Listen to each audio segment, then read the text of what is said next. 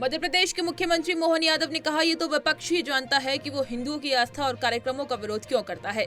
इसका जवाब जनता ही देगी। उन्होंने भगवान राम का विरोध किया, उन्होंने हमारे तीज त्योहार का विरोध किया और एक विशेष धर्म को आगे बढ़ाया। उन्होंने मुसलमानों को SC, ST और OBC आरक्षण दिया।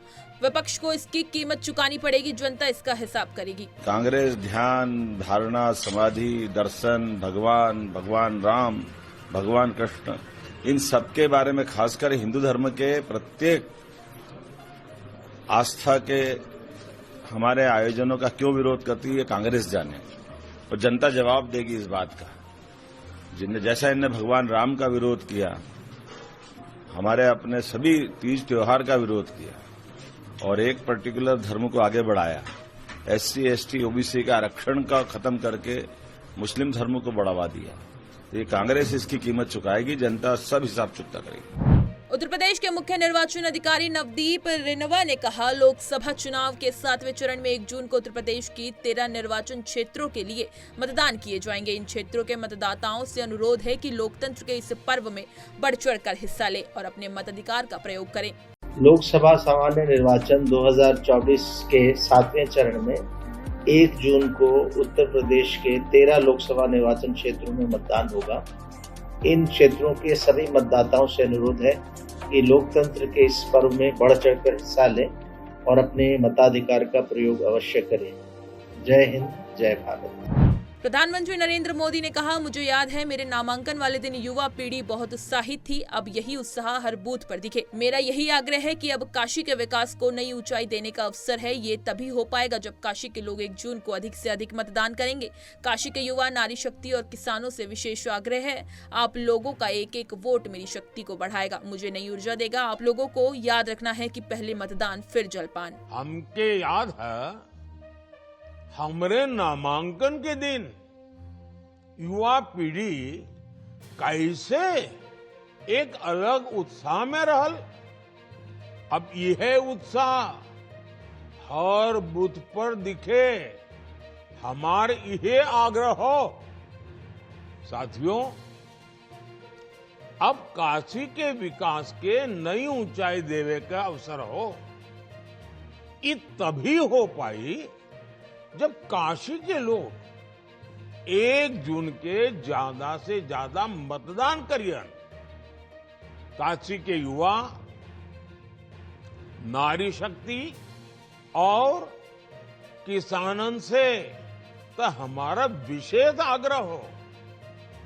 आप लोगन का एक एक वोट हमार शक्ति बढ़ाई, हमें नई ऊर्जा दे। आप लोगन के समाज के हर परिचित का, काशी के हर बुजुर्ग का वोट करावे के है। आपके याद रखे को हो, पहले मतदान फिर जलपान।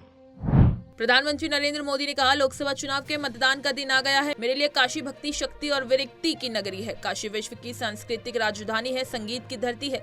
इस नगरी का प्रतिनिधि होना बाबा विश्वनाथ की असीम कृपा से और आप काशी वासियों के आशीर्वाद से ही संभव है। काशी के हमरे परिवार के लोगन के हमार प्रणाम। लोकसभा चुनाव के मतदान के दिन आ ही गईल हो। हमरे लिए काशी भक्ति, शक्ति और विरक्ति का नगरी हो। ई विश्व का सांस्कृतिक राजधानी हो। संगीत और शास्त्रार्थ की धरती हो।